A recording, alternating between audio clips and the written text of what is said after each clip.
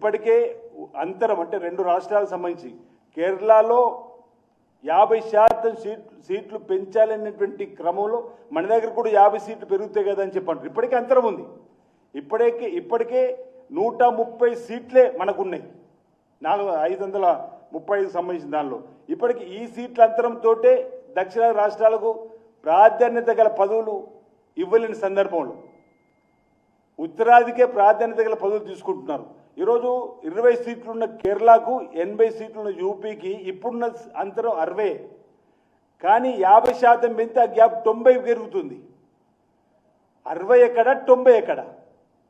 అదేవిధంగా దక్షిణాది రాష్ట్రాలకు ఈరోజు తెలంగాణకు చూస్తే యూపీకి చూస్తే 94 సీట్లు అంతరం పెరుగుతుంది రేపు భవిష్యత్తులో వాళ్ళ లెక్క ప్రకారం.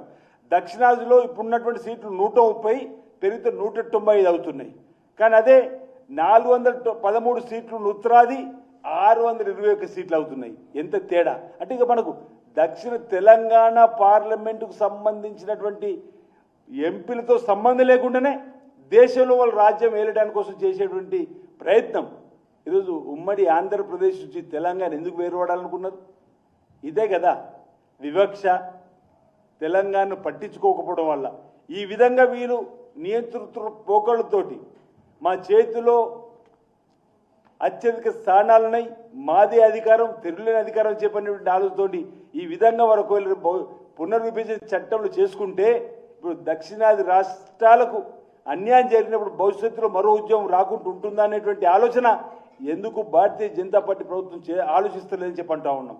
దక్షిణాది రాష్ట్రాలకు భవిష్యత్తులో అన్యాయం, ఇప్పుడు తెలంగాణకు అన్యాయం జరిగితే మా ప్రత్యేక తెలంగాణ రాష్ట్రం కావాలని కోరుకున్నట్టుగా ఈరోజు భవిష్యత్తులో దక్షిణాది రాష్ట్రాలకు అన్యాయం జరిగితే, దక్షిణాది రాష్ట్రాలకు వివక్ష కొనసాగిపోతుంటే, దీనివల్ల నష్టం జరుగుతుంటే మరో ఉద్యమం భవిష్యత్తులో వస్తుందని చెప్పిన ఆలోచన భారతీయ జనతా పార్టీ ప్రభుత్వం ఎందుకు చేస్తలేదని చెప్పినటువంటి, ఎందుకు ఆలోచిస్తలేదన్నమాట.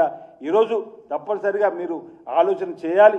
ఈరోజు ఇంతకుముందు చెప్పినట్టు ప్రాతినిధ్య ప్రాతిపదికన ఎలాగైతే ఈశాన్య రాష్ట్రాల్లో మనం అవకాశం కల్పిస్తున్నామో హైబ్రిడ్ మూడ్లో ఈరోజు ఈ ప్రాంతం నుంచి అత్యధికంగా నిద్రిస్తున్నటువంటి రాష్ట్రాలకు అత్యధిక స్థానాలు కూడా ఇచ్చేటువంటి కార్యక్రమం అమలు చేయాలని చెప్పండి.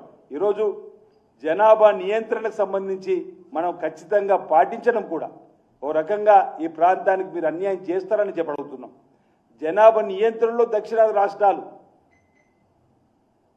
పూర్తి స్థాయిలో నిబద్ధతతో ముందుకు పోయే క్రమంలో ఇక్కడ జనాభా తగ్గినటువంటి పరిస్థితులలో ఉత్తరాదిలో జనాభాను పట్టుకొని ఎక్కువ సీట్లు ఇచ్చి ఇక్కడ తక్కువ సీట్లు ఇవ్వడం వల్ల తప్పనిసరిగా అన్యాయం జరుగుతుందనే మాటను మరోసారి చెప్పే ప్రయత్నం చేస్తూ తప్పనిసరిగా రేపు 16, 17, 18 తేదీలో జరిగేటువంటి క్రమంలో ఈ పునర్విభజన చట్టానికి సంబంధించి ఈరోజు కాంగ్రెస్ పార్టీ ఇచ్చే సూచనలు తీసుకోవాలని చెప్పండి. ఇప్పుడు మహిళా బిల్లును దీనికి బట్టి మీ లింకు పెట్టి ఏదో సాధించాలని చెప్పినటువంటి ప్రయత్నం చేయడం సబబు కాదు.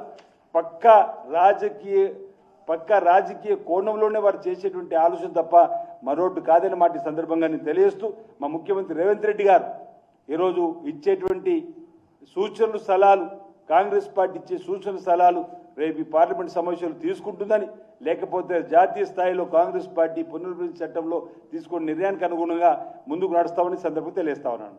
Subscribe us and press the bell icon for more interesting updates.